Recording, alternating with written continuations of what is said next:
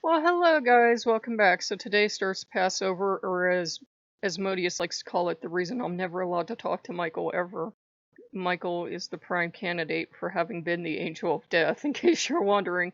Or Gabriel, or Uriel, or Raphael. They will switch out names. Some people even have a select name for select angel of death for this lovely holiday about don't make our God mad. It's why I'm glad I'm pagan, and I'm looking at these people saying they're finding comfort in it this year because of the pandemic, and I'm thinking, this is why I'm actually glad I'm a Satanist and a Lokean, because if our gods ever did this, we would raise holy hell and we would riot in the streets, and they know we would because our gods don't go around wholesale killing people.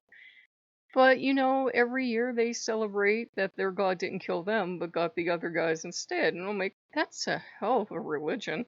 And I'm not trying to criticize anyone's religion. I think it's one of the dangers of having an organized religion. You hand this stuff down for thousands of years, and all of a sudden the idea of a god that would kill the firstborn children and kill all the animals, and not just little tiny babies that were the firstborn, and like you had your first baby and this god's coming through. But maybe your husband went. Maybe your wife went. I think it was only males because women didn't matter.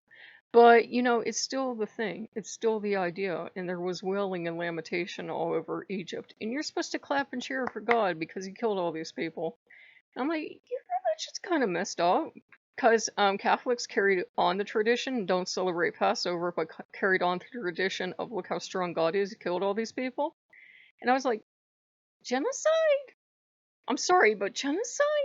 I got in a lot of trouble as a little child because I would ask, the priest terrible, horrible questions like, how did God not know his own people?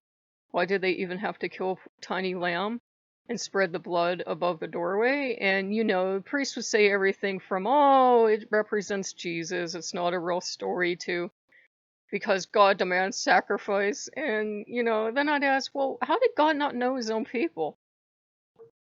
You tell us he's omnipotent. How did he not know who his own people were? Why did he need this? And then I'd say, well, if God sent down an angel of death, how can an angel kill a baby? And the priest would just be looking at me like I were going to throw up a permanent tic.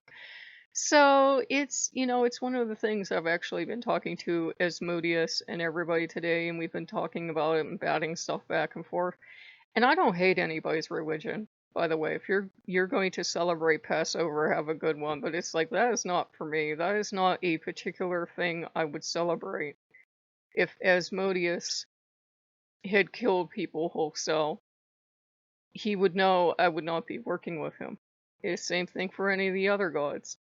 Odin's a little different. Odin gets a free pass. He's a god that enjoys war and fighting very much. You know that when you sign on with the old man, but we don't have any other god in existence, thankfully, that's quite this wrathful and quite this ruthless and quite this unforgiving.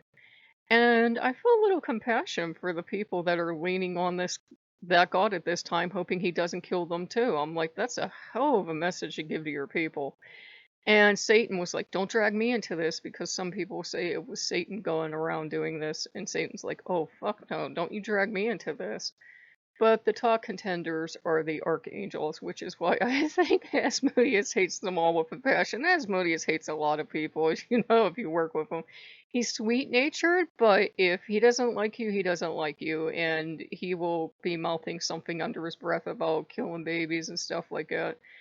That doesn't work with demons, old gods, however you see them. We don't do that. We don't sacrifice babies or animals to them for that, one, we're decent moral human beings, and two, for that very reason.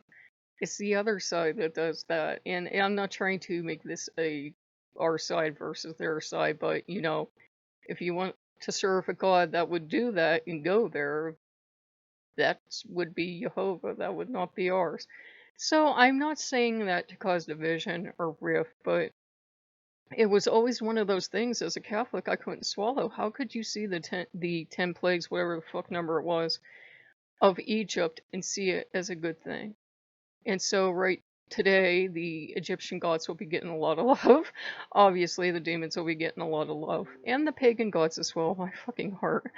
And it's just one of those things where, I think we have to start as a people looking at our traditions as well for pagans as well and saying, well, maybe one, we don't take that literally, and maybe two, we think of how that story makes us feel towards our gods, because you should never have to serve out of desperation or fear.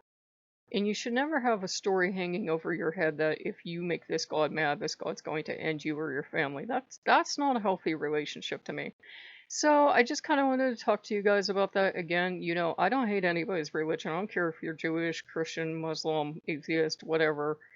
It's just I've always that story, it's always been one of the saddest and most terrible stories in the Bible to me, and I can't believe that there's a holiday for it, but there you go.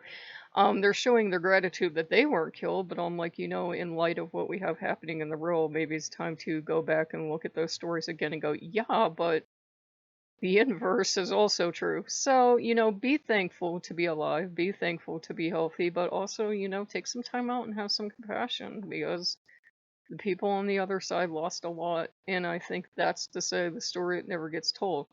I know, me and my soapbox, but I felt like it needed to be said. I'm not trying to start trouble or drama or criticize somebody's religious stories, because you obviously don't have to take a religious story literally, but I just wanted to get that out there and talk to you guys. So if you like what you see, like, comment, subscribe, and I'll see you later. Bye bye.